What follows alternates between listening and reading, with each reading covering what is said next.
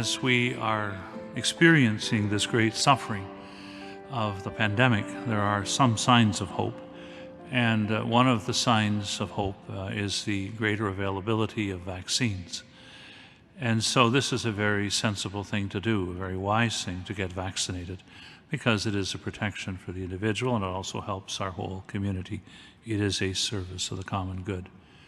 And so I very strongly encourage everyone to get vaccinated, to sign up for that in the appropriate way, and in that way to receive something which is a very practical and sensible way of dealing with the great struggle that we're facing in the pandemic.